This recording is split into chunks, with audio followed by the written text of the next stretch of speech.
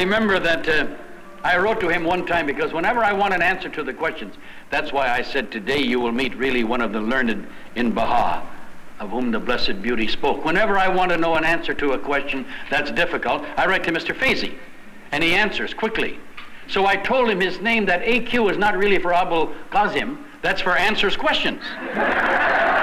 And that the F for Faizi is also for fast, because he is a source of no ending help to me. I always know where to turn if I want an answer to a difficult question. And then I'm always asking him to read to me out of the books. When we were in the Holy Land, we were serving in the Holy Land, and we'd be at the mansion meeting at one of our great gatherings, I would get Mr. Faizi to stay up late, and we'd go outside by the light on the mansion looking out over toward the sea, toward Akka, and I'd ask him to read to me from the Persian books I couldn't understand. This time I wanted to hear from the Farahid by Mirza Abul Fazl. And he's reading to me, and we're laughing and having a wonderful time, and all of a sudden the door from the beloved guardian's room where he used to stay in the mansion opened, and Amatul Baha Ruhiya Khanum stuck her head out, and she said, "Will you two mujtahids go to bed so the rest of us can sleep?" So you know how close and tender I feel about Mr. Faizi. And during those days after the sign of God on earth, the beloved of our hearts, winged his flight to his everlasting nest, he was a great source of joy to all of us.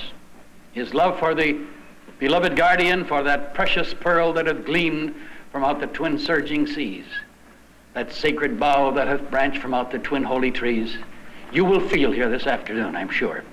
I didn't know Mr. Faizi at all when Marguerite went on pilgrimage, but she came back and she said in her notes, she was reading them to me, and some of the friends at the table wanted to know, how should we teach the cause of God, beloved guardian? And he said to look at Faizi, who was then in the Arabian Peninsula, Bahrain, no ability to talk to anyone in that hostile country, moving from place to place amongst the friends. And they had such tender love for him. He lived the life, of course.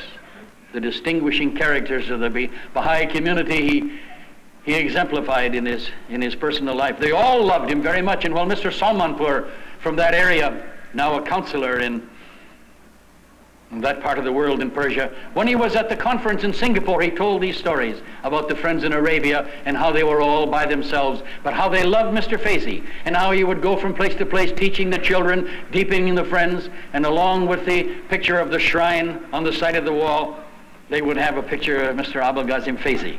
And when a letter came, it was such a moment of joy and happiness to him when he was called away from them out into the world to become a hand of the cause of God.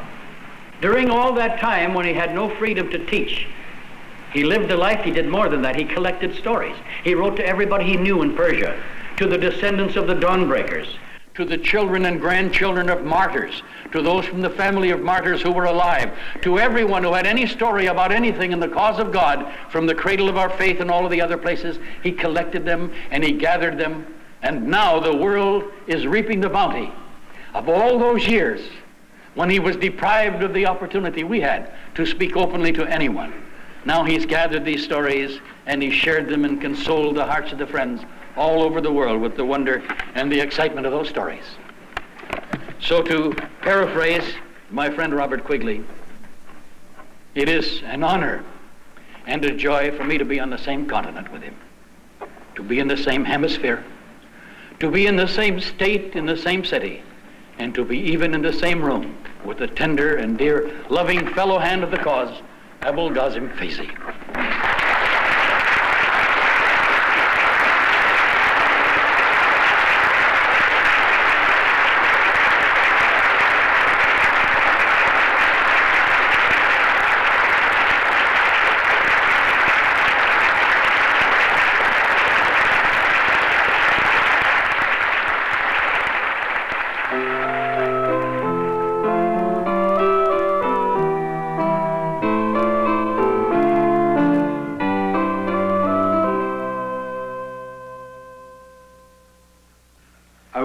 To begin with what the beloved Master has said about Hands of the Cause. He said Hand of the Cause is not a title, is not a rank or position. It's not hereditary. Whoever serves the cause of God is a Hand of the Cause. Therefore, it is not limited to people. And I wanted to talk about something else, but because this part was read from the Tablet of the World, I decided to change the subject matter and speak to you about this Tablet of the World. This really does not apply to all the hands. It applies to a special situation, which will be described to you now. And why do I emphasize so much on this? Because the ideal form of the Baha'i community is this: all of you be the leaves of one tree, the fruits of one tree, the drops of one ocean, the waves of one ocean, the flowers of one garden. And Baha'u'llah has said something extremely important for us all to remember. He says, the moment we think of our betterness and our superiority to others, the world is destroyed altogether. The ideal form of our faith is unity.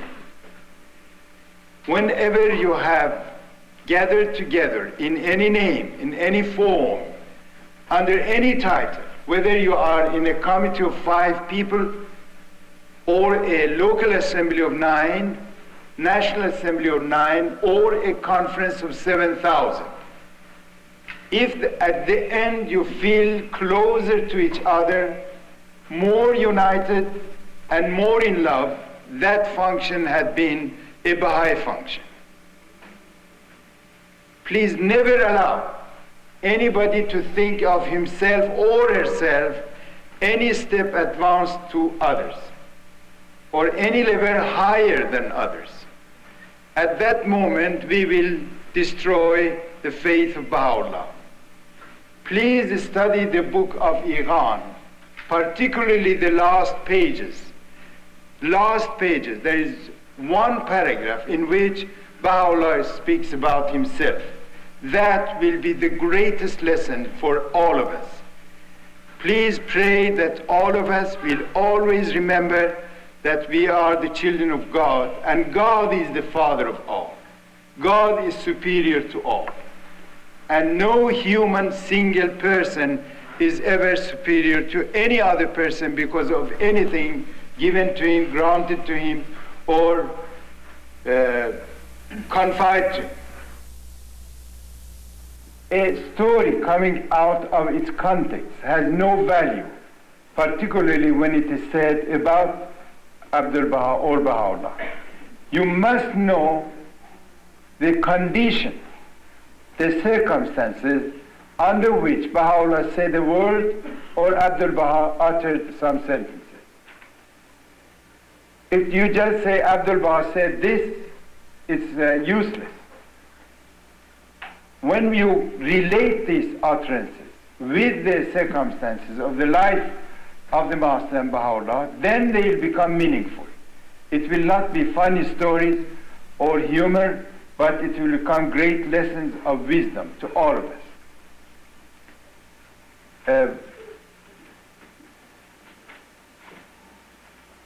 Baha'u'llah wanted the people to be happy, but a natural happiness.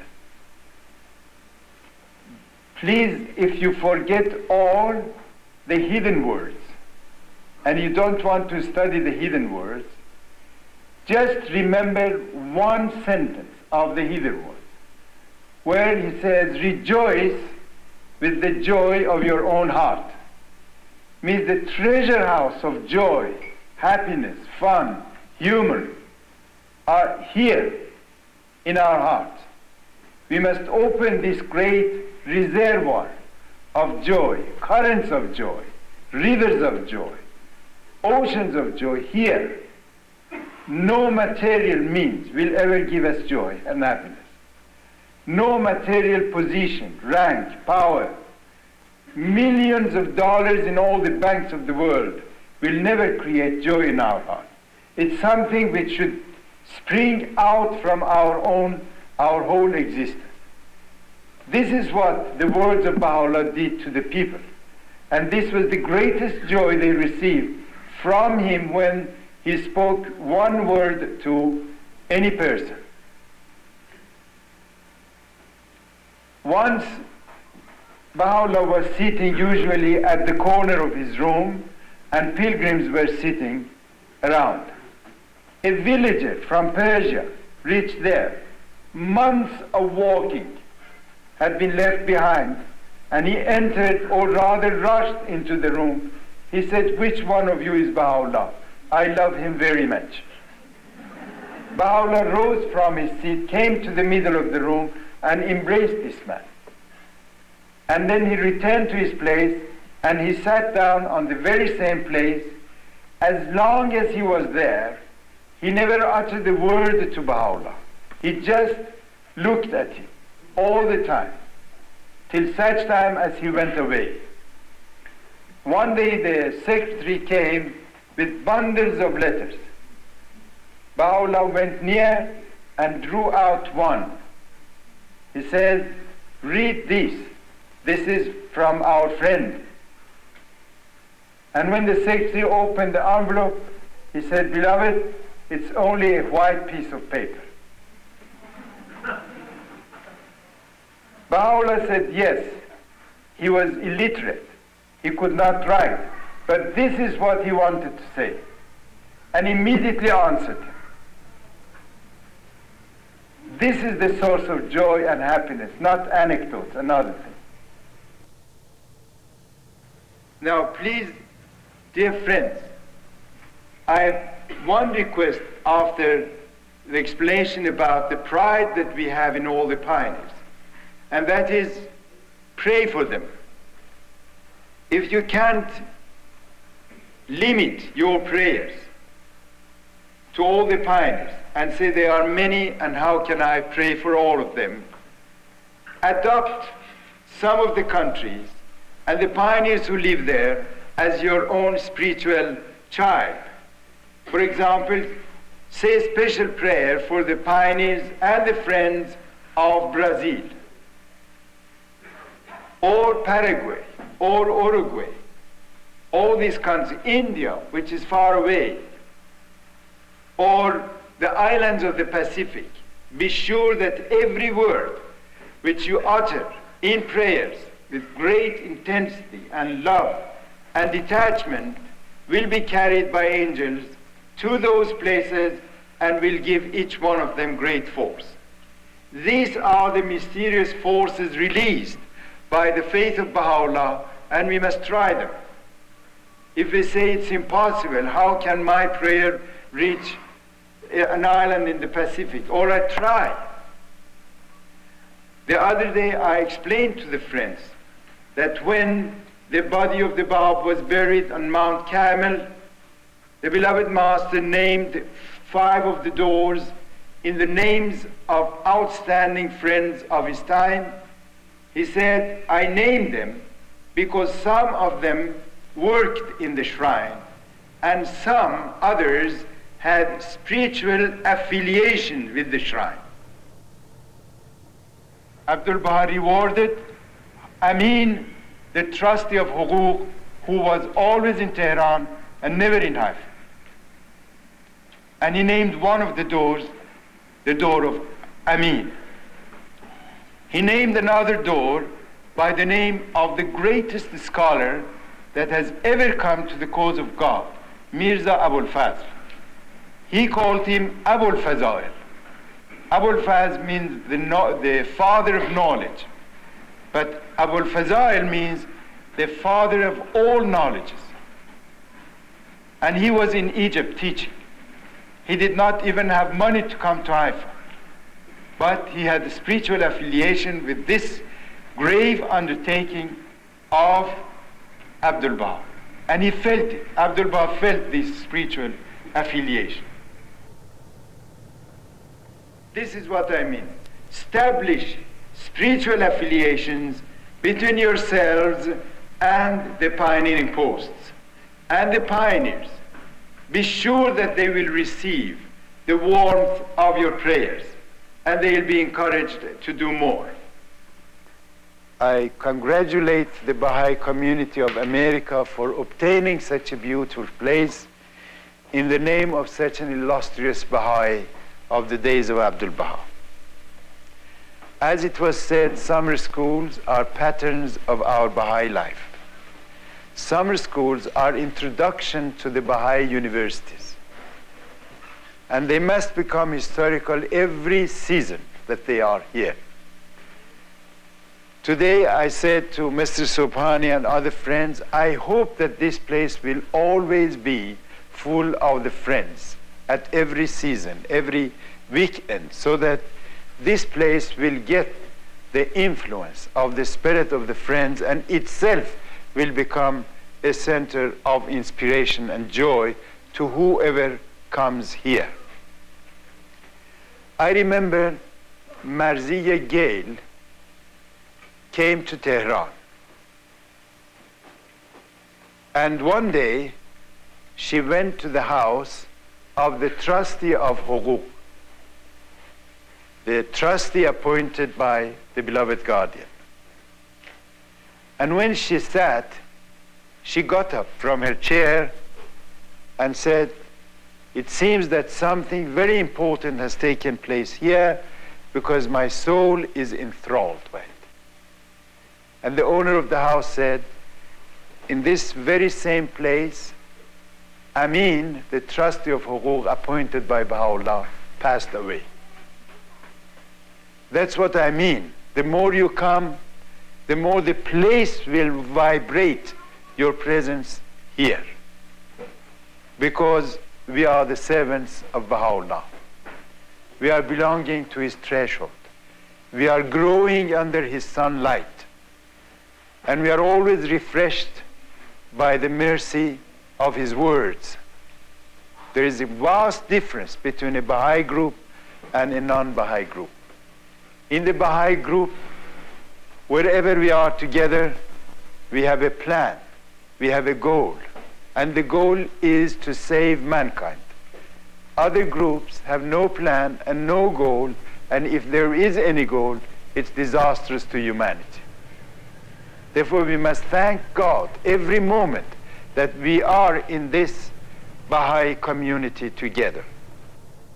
One day, the beloved Master met the friends in the pilgrim house, but very, very sad, as if he had been shrunk, and he composed himself within his cloak and sat down sad and sad. The spirit of his sorrows influenced others. And they all looked at each other, they all loved him, and they wanted to do something to make him happy. I told you that there were 3 or 4 who always tried, I told you yesterday, always tried to make the beloved Master happy. Suddenly the Master raised his head and said, I don't know where the friends have learned the art of backbiting. It was clear that he has heard some of the friends are committing this grave mistake in the Baha'i community. Then one of those 3 got up and said, beloved Master, from God himself. And the Master smiled and said, how do you dare to say such a thing? He said, I have proof, my beloved Master. Adam ate 1 apple in paradise, and God mentioned this act in the Old Testament, New Testament, and the Quran. Isn't this backbiting? And the beloved Master laughed, and the whole thing was forgotten. If you want to backbite, do something like this, to be mentioned in the holy books of the world. The atmosphere of every Baha'i house should be resplendent with the spirit of prayers and of appreciation of the services of other friends. To find one quality in other persons and speak about it. Say, for example, this gentleman is always ready to hold meetings in his house, though much trouble for him and his wife, but for the sake of the cause he undergoes this trouble. Let the children hear. The children will try to emulate all these examples given to them and explain to them. if somebody is generous in his contribution, for example, to buy a Baha'i center, somebody says, I'll pay most of it. There is a man in India, let's mention him. Whenever they want to gather contributions, he gets up and says, I go out of the meeting. Whatever all of you collectively will give, I'll give double of it. Now, what is the effect of this? Everybody will try to give more so that he will give more. And he has always been right, always faithful. Immediately, he draws a check and gives. And from an invisible source, God always has his treasure full. He is the one who mortgaged his commercial house for the purchase of the land in India for the Baha'i school, which is now a prominent school. In 1952, he did it. He borrowed money, mortgage was all his factory and everything. And gradually the friends gathered the money and gave. Now we have a wonderful school, and you must be proud that the headmaster of the school is from America. Dr. Ray Johnson and Mrs. Johnson and their children are there to educate the children of Arabia, the children of the pioneers, the children of Persia, the children of India. These are four sources of children going to that school, because Arabia is very near to India. And even the Muslims are sending their children there. You will be delighted where you go to the school and see the Arab children are educated amongst the Baha'i children there. And when you tell them chant a prayer, and gets up and says Allah Akbar and chants a prayer. And when he goes back home, supposed to Mecca or Medina, where it's very difficult to be Baha'i, they may chant these prayers to their own parents, and God knows what the result will be, because these are the words of God. And they are like pure seeds, they will be sown in the pure hearts of the people. We are in a world of plenty. Everything is available for the people of the world in plenty these days, except one thing: that spiritual atmosphere which existed in the prison of Akka does not exist in this prison of world for all of us. Now, in a few hours, people come from the farthest east to the farthest west. Science, technology have created all these means for man to travel easily, to be comfortable, to meet each other, and to see the new sceneries of different countries in the north and south, east and west. But unfortunately, man has not yet been able to bring two hearts together. On the contrary, the more we have these means, the more hearts are separated from each other. The more people are prejudiced against each other. The more hatred exists in the world. At such a time, when there is no hope for humanity, there is no hope for the destiny of man on this planet, all such great events took place in the city of Akka for the supreme manifestation of God, so that we will open our eyes and see both sides of affairs, what man is doing to the supreme manifestation of God and what he is doing for mankind. He is giving all his friends, all the members of his family, all that God has taught him to man, with the hope that man will change the way of life. On the contrary, man persecutes, imprisons, and kills as many as he can.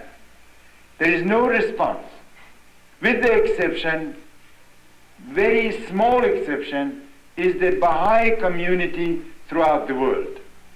In comparison to the population of the whole world, the number of the Baha'is is not really mentionable. And the moment when we will be the majority of the world, then we can say that humanity has responded to the faith of Baha'u'llah. Now, I remember once a pilgrim went to the Abdul Baha and complained against some of the Baha'is of his own hometown. And he said, "Beloved Master, why do you write them such beautiful, sweet letters, while they are backbiting, they are drinking, and they are not good Baha'is?"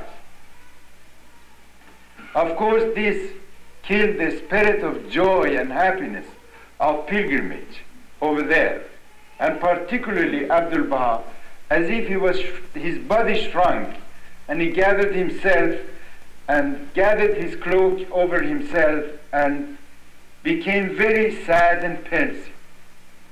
After some minutes, he raised his head, and addressed one of the pilgrims. He said, "Imagine, the body of Baha'u'llah is hanging between heaven and earth. All the people of the world are throwing stones at him. They are shooting him with arrows. They are cursing him. They are blaming him for whatever they are doing. And there is no sign of mercy from anywhere.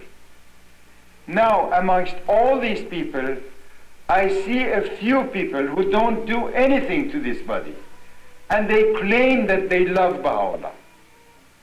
Now, shouldn't I turn to them? Shouldn't I give them my love and my heart?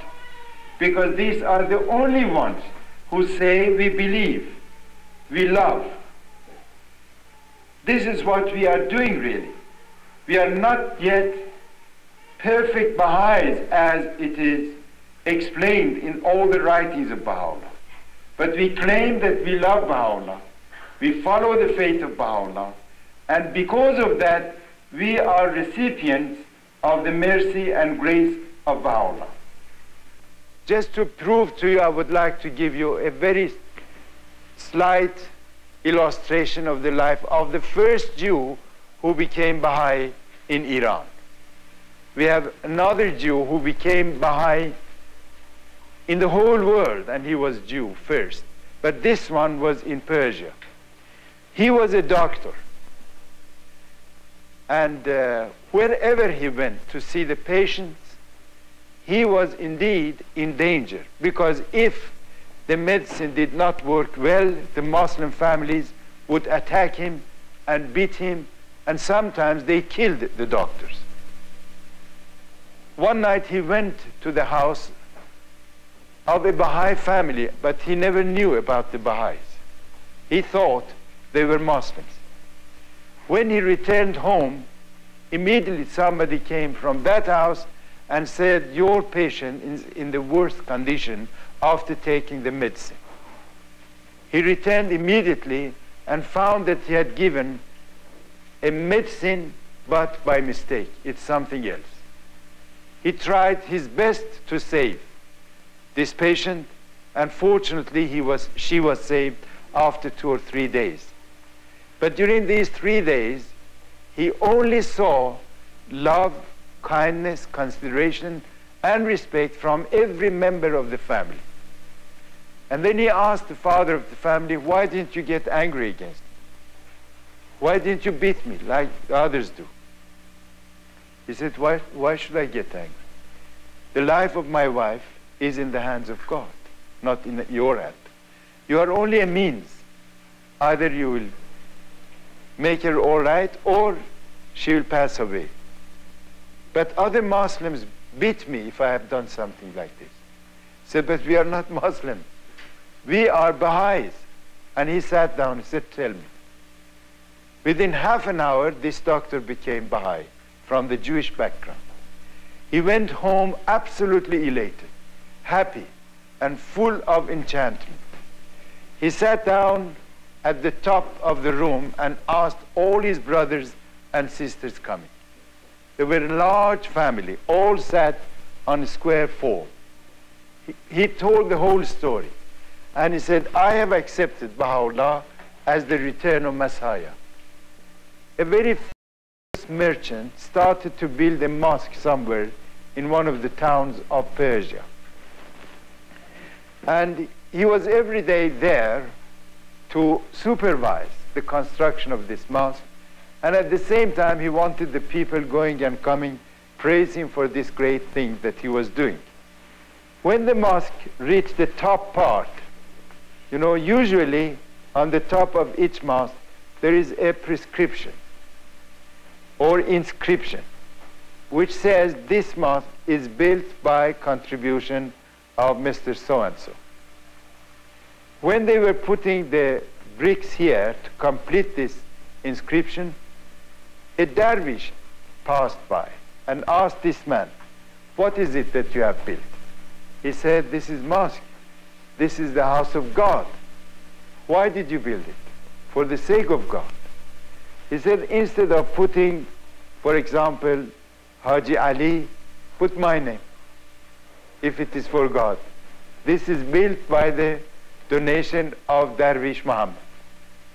So I have paid all this, and shall I put it in your name? It's impossible. He said, "Therefore say you built this because of your name, not for God." Now this story was told me when I was a Muslim. This was the standard of the people in Islam. Now how more exalted standard we have, where Baha'u'llah says if you give millions of dollars and the treasures of the world to receive the appreciation of the people, that appreciation is your reward and no more. Therefore, let's really consecrate our lives, our intentions, whatever we do, just for the sake of God. And the best exercise is the laws of Baha'u'llah. When we say our prayers, we fast, we donate, we go to the 19 days feast, and so on and so forth, all for the sake of the cause, for the sake of the glory of the faith of God. Baha'u'llah says, by the life of God himself, one moment of these days is greater than centuries in future. It means what you can do in one moment now, you will not be able to do it in centuries when the future comes. We must therefore not wait for them. This day is the master of all the days, no, the master of all the centuries. Every moment of these days is equivalent to 1 century. This is the day that the earth will relate to you its own secrets and stories. Therefore, do not sacrifice these great days for the low desires of this temporal life. Never exchange this beautiful divine jewel with something which is low and has no cost. Be grateful to God that you are born in this century, because this is the century of the truth of God. This is the century of God himself. An atom of this day is a sun. A drop of it is like unto an ocean. An atom of your service will be seen in these days in the magnifying mirror of God as mountains. And one drop of your service will be seen like oceans. Ere long, the power of the faith of God will encircle the pillars of human life. All voices will be quiet, except the voice of Ya Baha'u'llah, Allah, which will be raised to heaven.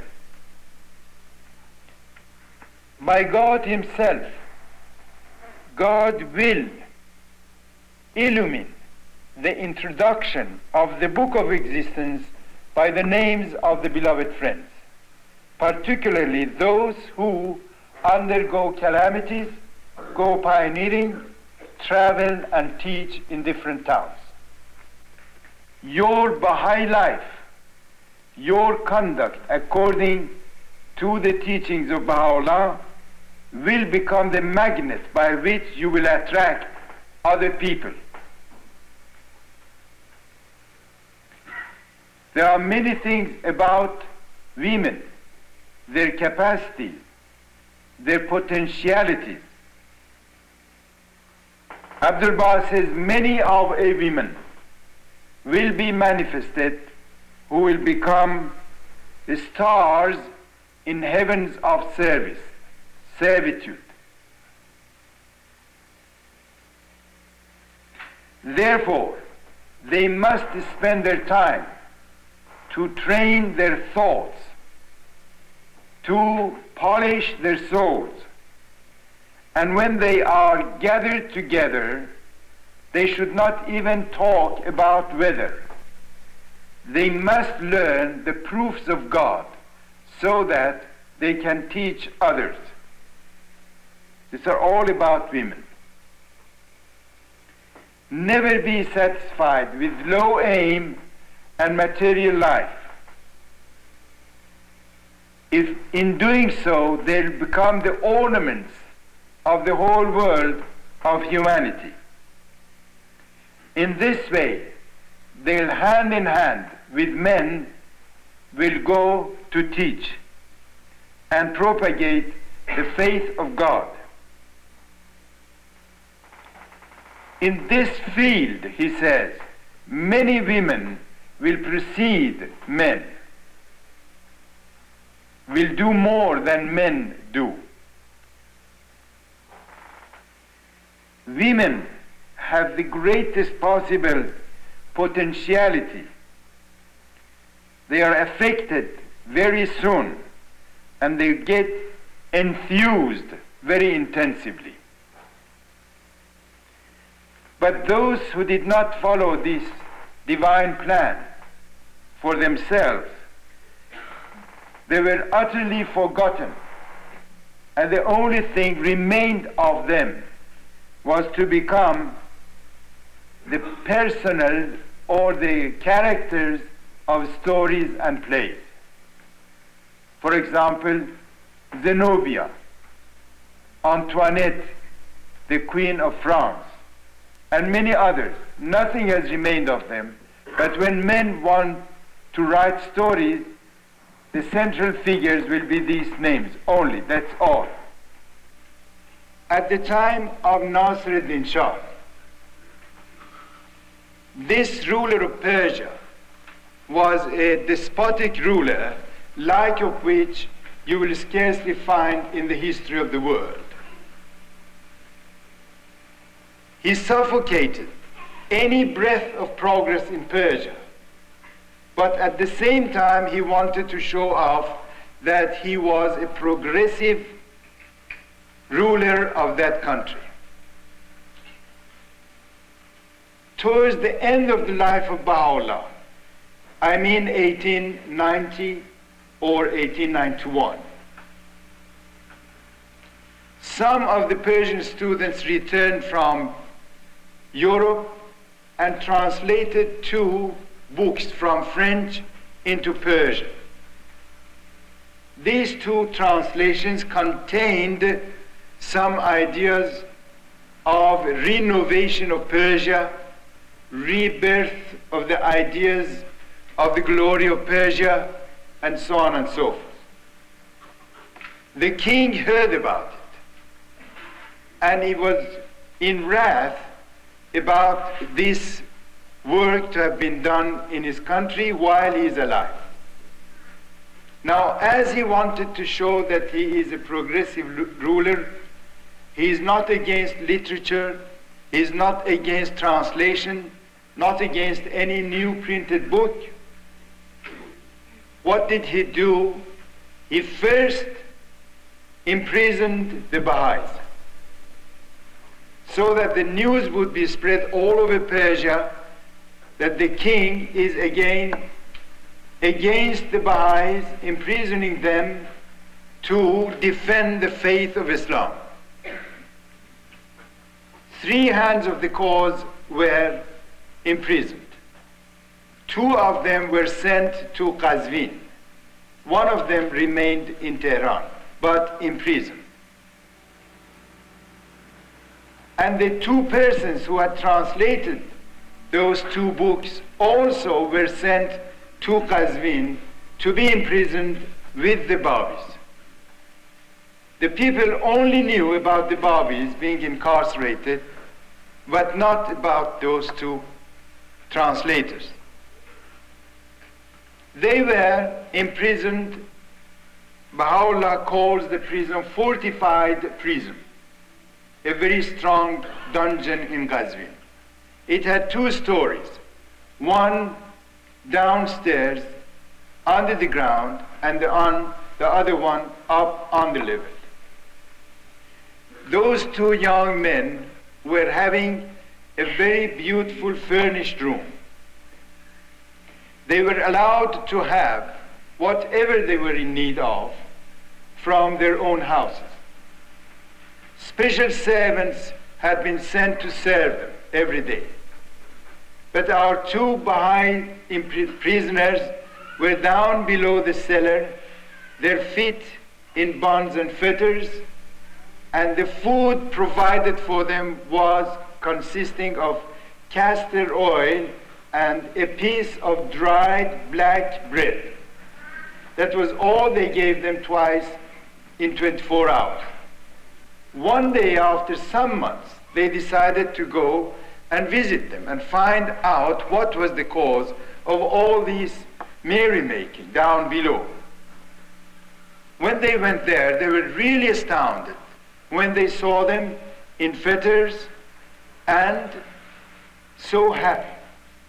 What do you eat? They showed them the food, the bread. Is there anyone to come see you? Never. We don't need anyone. But you know about us. We have a special room.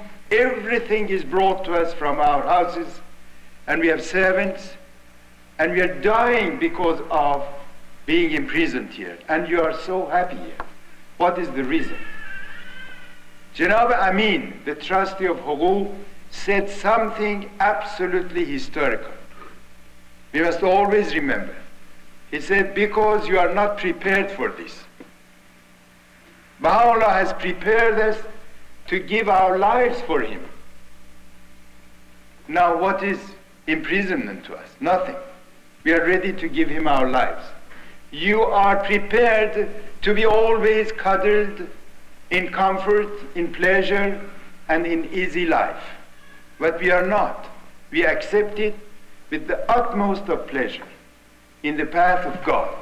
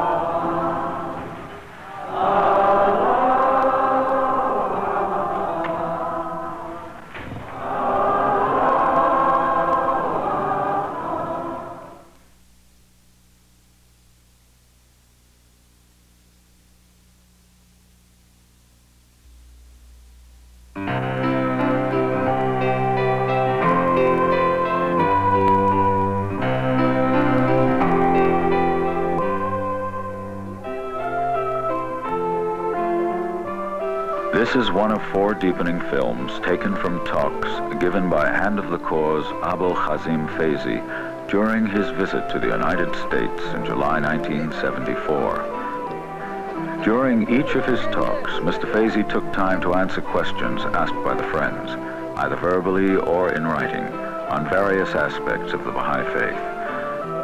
The film represents those questions and the answers Hand of the Cause Faizi gave them, and they deal with problems Baha'is often encounter, either personally or administratively. We should go now after Mr. Faizi.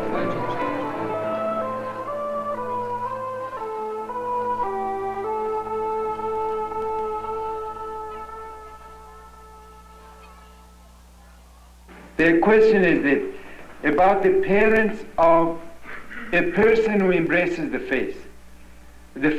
Baha'u'llah says, I want to tell you, he says, I want to tell you or explain for you one of the bounties of this faith.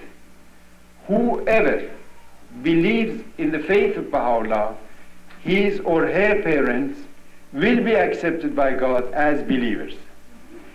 It is the more complete form of what Christ has said. Christ said, you know the tree by its fruit. Now Baha'u'llah blesses the tree because of its fruit. It's very interesting. It's an advanced form of saying that. In another tablet, he says, I want to give you another secret of this faith, which is very great, and you may quote it to the non-Baha'is. Anybody who utters a word to help this faith of God on this planet, he will receive the reward of that one word throughout the endless words of God. In each word, he will receive one compensation of one word to help the Baha'i faith being spread. The other day I heard in a very difficult situation, the ambassador of America helped the Baha'is. I said, please tell him this sentence. Well, he did it, and it was very hard for him, but he was not Baha'i, but he did it. This shows the sign how much this nation is ready to accept the faith of Baha'u'llah. What if one family member is not a Baha'i? We can't say anything except the instructions given by the beloved guardian in such instances. We have had many cases where mother was Baha'i and husband was not, and vice versa, or the child was Baha'i and none of his parents.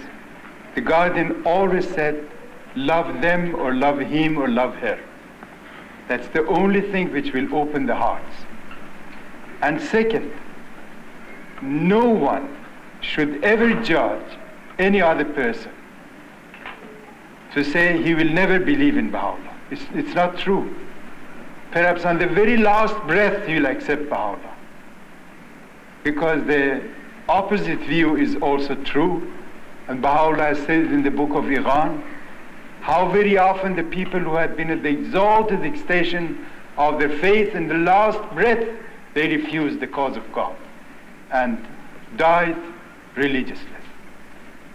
Therefore, anybody who has asked this question must love his parents both the same. Love is the greatest magnet that we have, and we must always use it. And pray that God will open the eyes, not only Daddy, of all the people around. And be sure that this will work.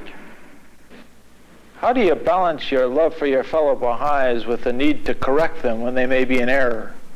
When we love each other, it doesn't mean that we must kill the truth. We love each other when we are, suppose, members of one committee. And one of the members says, we must build a Mashrul Askar in this town immediately. And the others, because love him or her, would keep quiet. This is not a true manifestation of love, because you must immediately tell him or her that we work according to a plan given to us from an infallible source. Our individual enterprises will not mean anything. And the love that that person shows, if he or she wants to show it, is to accept this proposal with great love reciprocated. And now, another point. When we are members of a very small community, a very small committee, we must lose our identities. By this I mean this.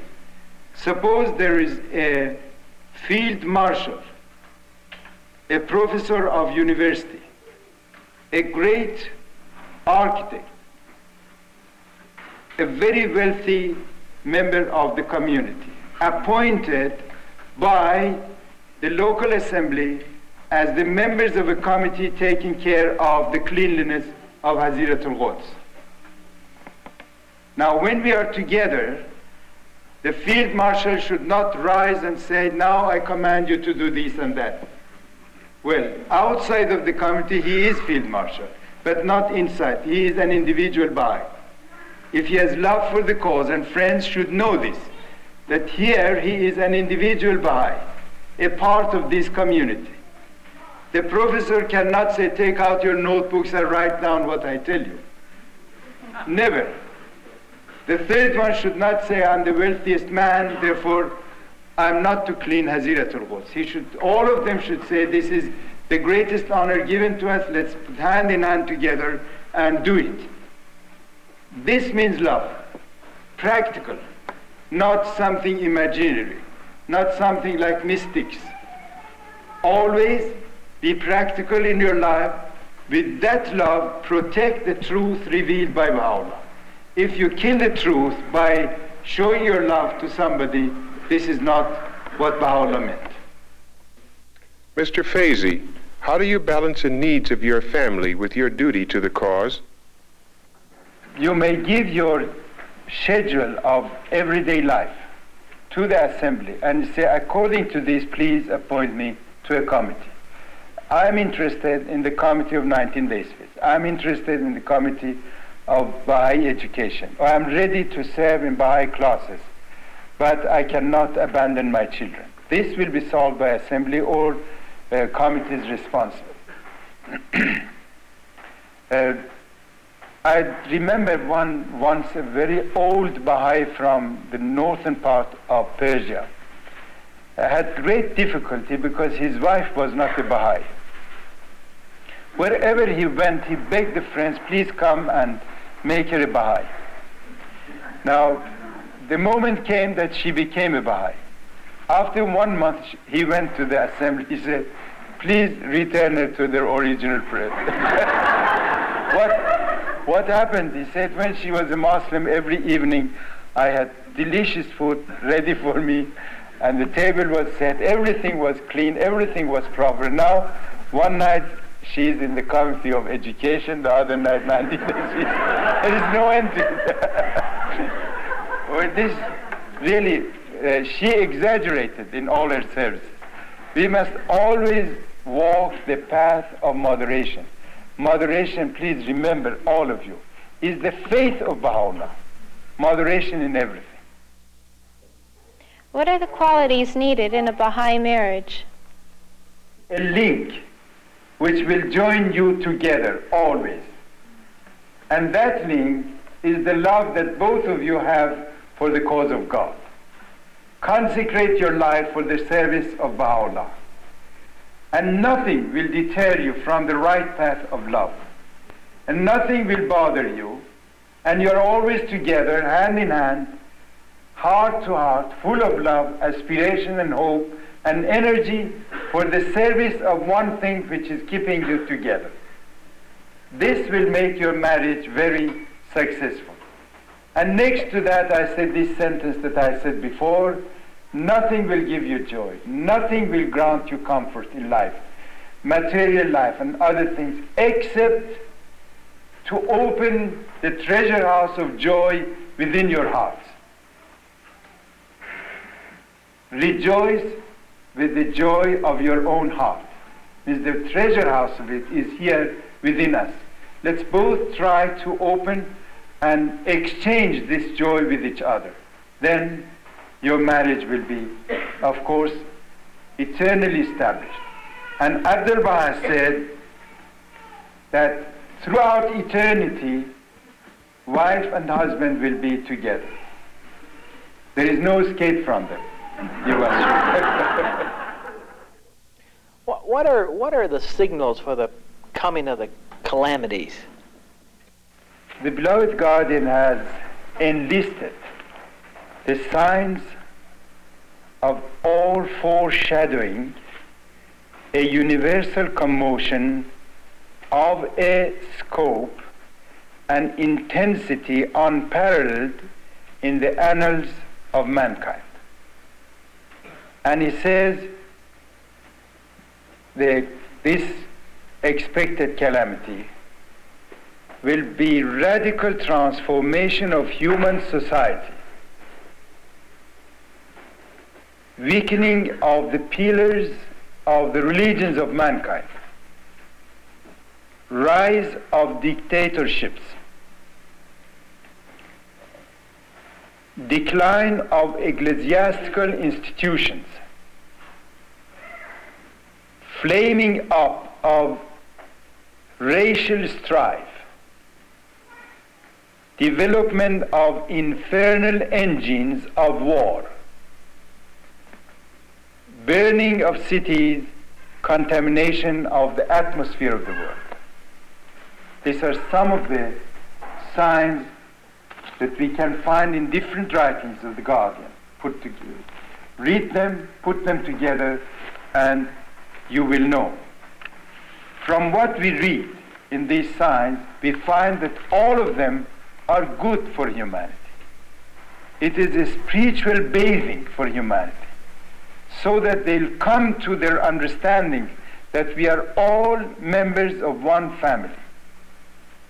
Why should we have so many implements of war, killing? See, you see people doing things absolutely too extremes. They try their best to save the life of a child, and at the same time they kill thousands in another place, and they make merry and happy. You must be in the atmosphere of these wars, then you will understand what I mean. I was in a country where somebody was taken as an enemy of the country by false judgment. This man was hanged because in his house they found a barrel of a gun, a barrel only. They hanged him for 15 days. Can you imagine?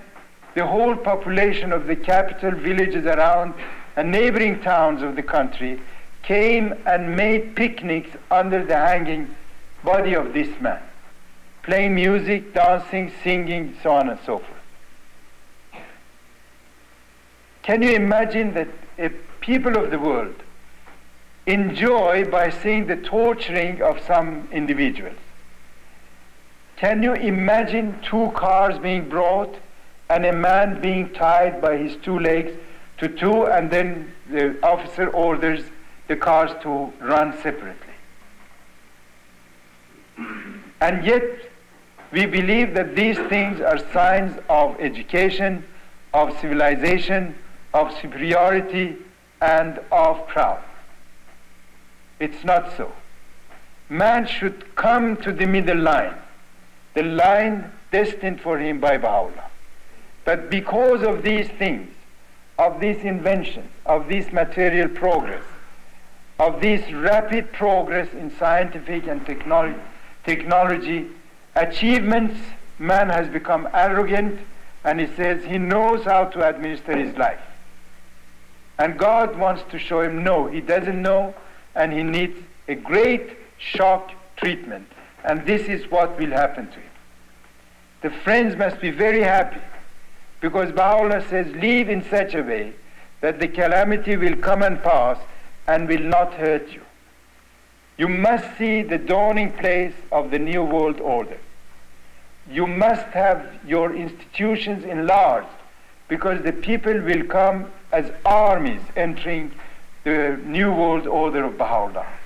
You will find yourselves at a loss what to do with the contacts, with the people who shout and say, yes, my Lord, I am here, I accept him. You must have many temples even in small towns, many Haziratul Qudses in small towns. We cannot be satisfied with the little pond in which we are swimming today. We must think of the ocean. Will you please explain a little bit about why one child might be born perfect and another child with a handicap or a birth defect? A woman in perfect health, beauty, and faith, and a man equally great will be given a child, for example, who is sick. who is retarded, and they suffer for it. Baha'u'llah says it's impossible for you to understand the philosophy of it. It's one of the facts. They asked Jesus Christ, this man is excellent, this woman is faithful, why are they given a child who is blind? He said, so that the will of God will be known. But this is not a perfect answer. He wanted to say, as you do not know the will of God, you do not know this also. This one. The second is this. In everything we do, there is our will and the will of God mixed. For example, suppose you want, I hope all of you come to pilgrimage. You pray for it, you work for it, and then suddenly you find yourself at the threshold of the Bab or Baha'u'llah. How far between here and Haifa was the will of God that you should come, and how far was your own effort? The line of separation between these two is never to be understood. Therefore, the one who has asked should not be disappointed. This is the decree of God. Mr. Faizi, would you please explain where man's will ends and God's will begins? There are two sorts of freedom. One is the freedom of God.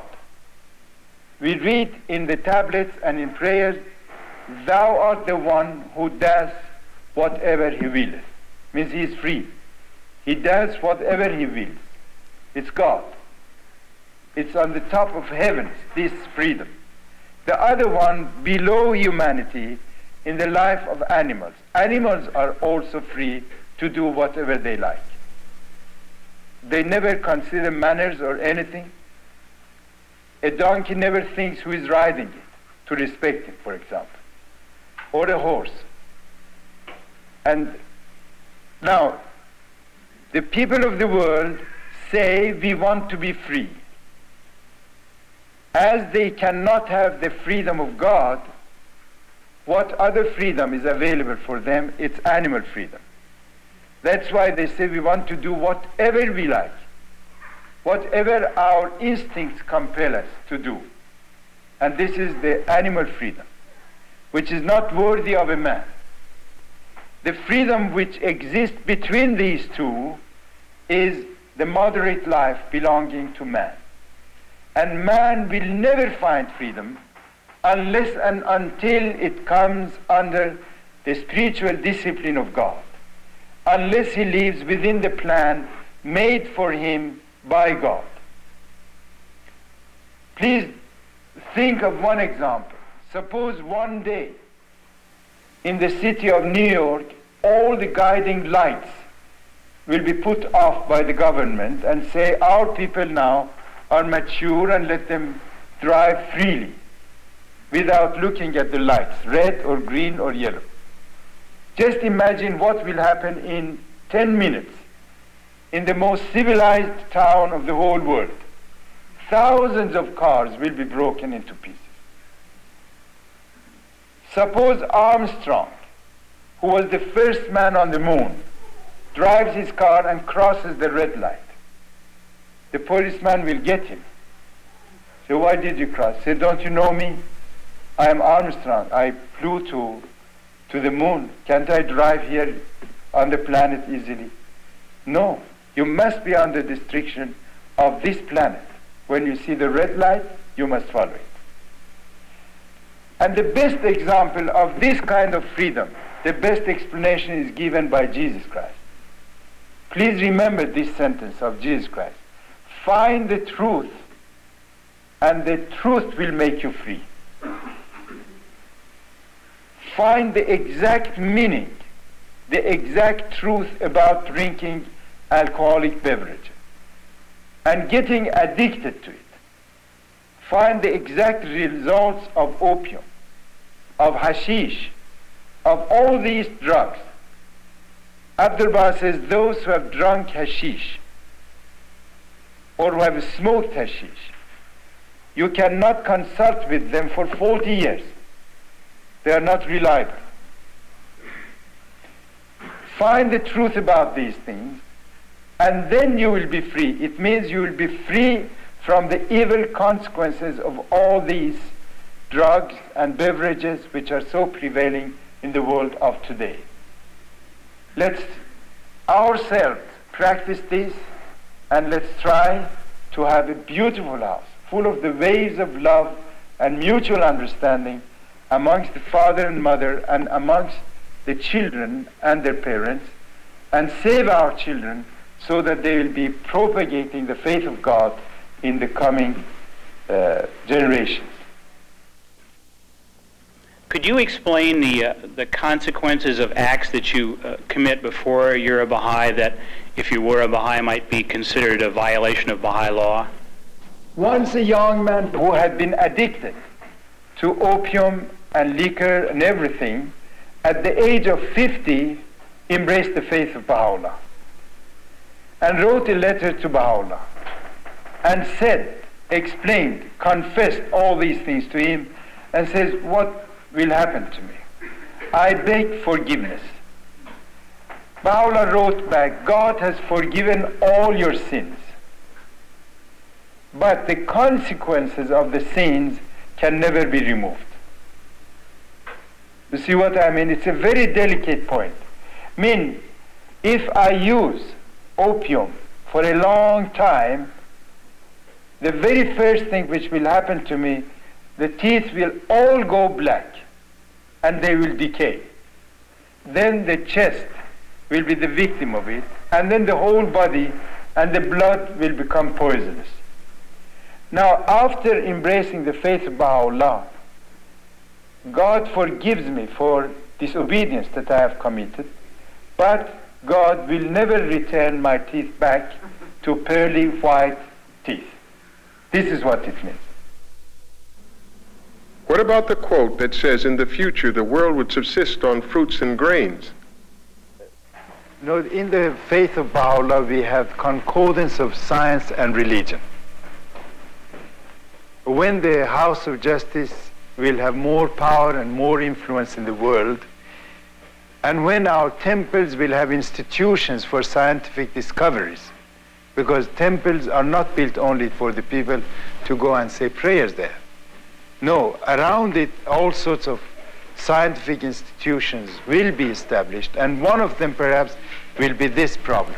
When the scientists inform the House of Justice that these are the food required for the people of the world, the House, if sanctioned, will announce to the whole world, now you may have this nutrition.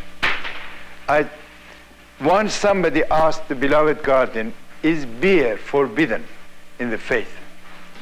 The Guardian said, this should be asked from the scientists who will inform the House of Justice how many percent alcoholic beverage exists in this, and then the House will say yes or no. Again he asked, now I want to repeat. The Guardian said, now it's forbidden. Yeah. By asking, we will make more difficulties for ourselves. Now, what Abdul Baha says belongs to future, or even Baha'u'llah. And I don't think he has said nutrition. I have never seen this. He says medicaments in future will be done by the help of herbs, vegetables, and fruits. I don't think he said nutrition will be limited to that. I haven't found that yet. And Baha'u'llah, in one of his tablets, he says provision necessary for man to have is in the earth, exists in the earth. We hope that by the mighty hand of God it will be disclosed.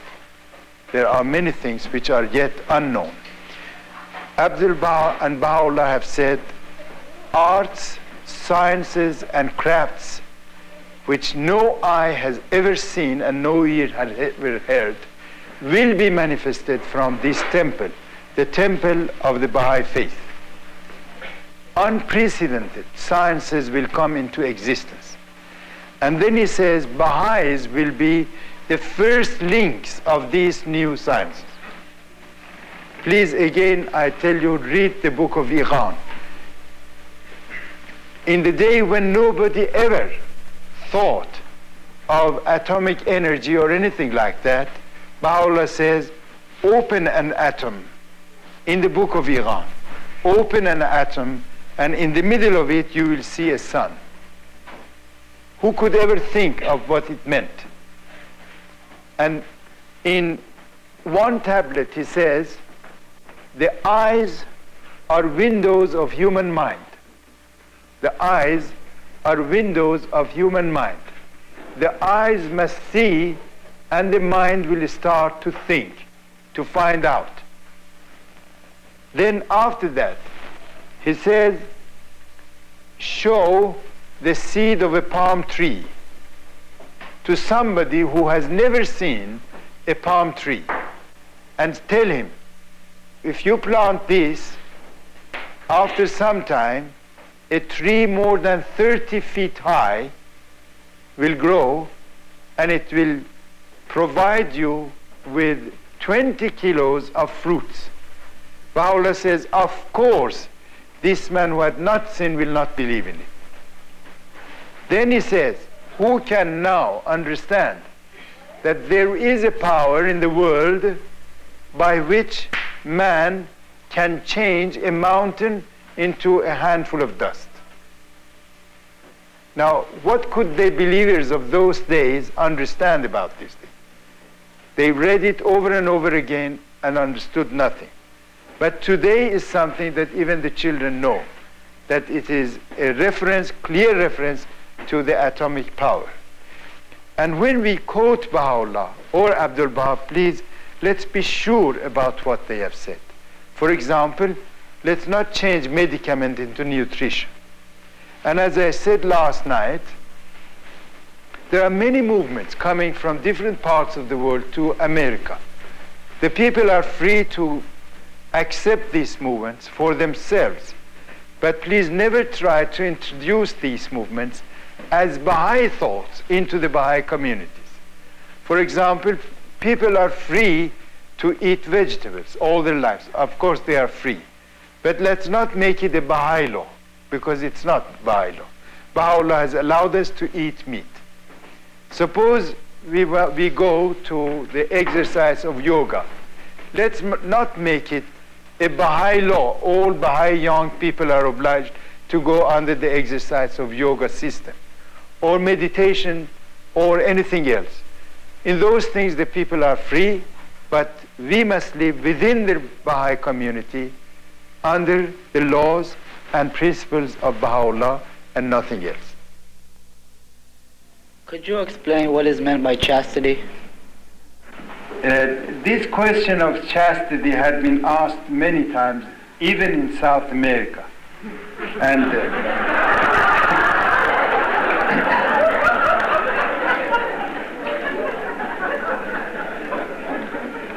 but I tell you frankly, the people there are so fair-minded, the youth particularly. When they become Baha'i, they want really to do everything and anything in their power to serve the cause which they have recently embraced. When I told them, a group of the youth gathered together and asked the same question, I told them this: do you say your prayers? One of them was the loudest speaker, said yes, we all say our prayers, we have learned it. Do you take ablution first? Do you wash your hands before doing it? They do. When you wash your hands, what do you say? You say, oh God, protect my hands from even touching that which does not belong to them. It doesn't mean stealing. No. It doesn't mean killing or anything. What does it mean, they say? I said, your hand is not allowed to be placed on a body which does not belong to it. Believe me, all of them were recreated and said, it's fantastic. We want a definite answer. Because wherever we go, they say, it depends upon yourselves. We can't decide. Now Baha'u'llah has decided for us and has given us this daily exercise. Oh God, protect my hand. Therefore this should never be on the body which does not belong to it. I think the same rule is true here, with all the youths here. No more question about chastity. This is the greatest gift of God given to the Baha'i youth in this age by this exercise of prayers. Believe me, if we follow these, the generations will be healthy. They will be the fruits of chastity, because as Baha'u'llah says, from this body, capital body, body of the cause of God, arts, sciences, and crafts will be created in the world, will be manifested, that the ears of the world have never heard about, and the eyes have never seen. Then Abdul Baha says, the Baha'is will be the leaders of discovery, invention, and scientific achievement in near future. We can't be that if we do not follow the right path of chastity. Mr. Faizi, what about the youth who don't keep the Baha'i laws? If they cannot follow by the laws and standards of Baha'u'llah, I advise them to resign from the faith immediately, because we do not want to play with this faith of God. Think of municipality who has planted a pine tree in the street. You break one branch of it and municipality will put you into prison.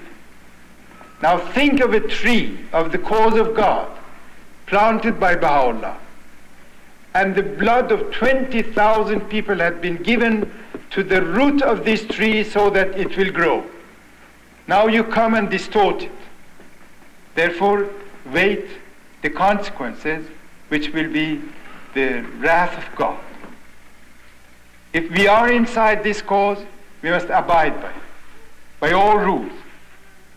And if we cannot, we must leave it alone, till such time as we'll prepare ourselves to abide by every rule of the Baha'i faith. Then the community will be very strong. The community will stick to each other like atoms of steel. They'll become strong, and then after the strength, a magnetic power will be created by every Baha'i community everywhere in the world, and that magnetic power will attract other people to the cause of God. Thus it will spread all over the world. What is the Baha'i attitude about homosexuality?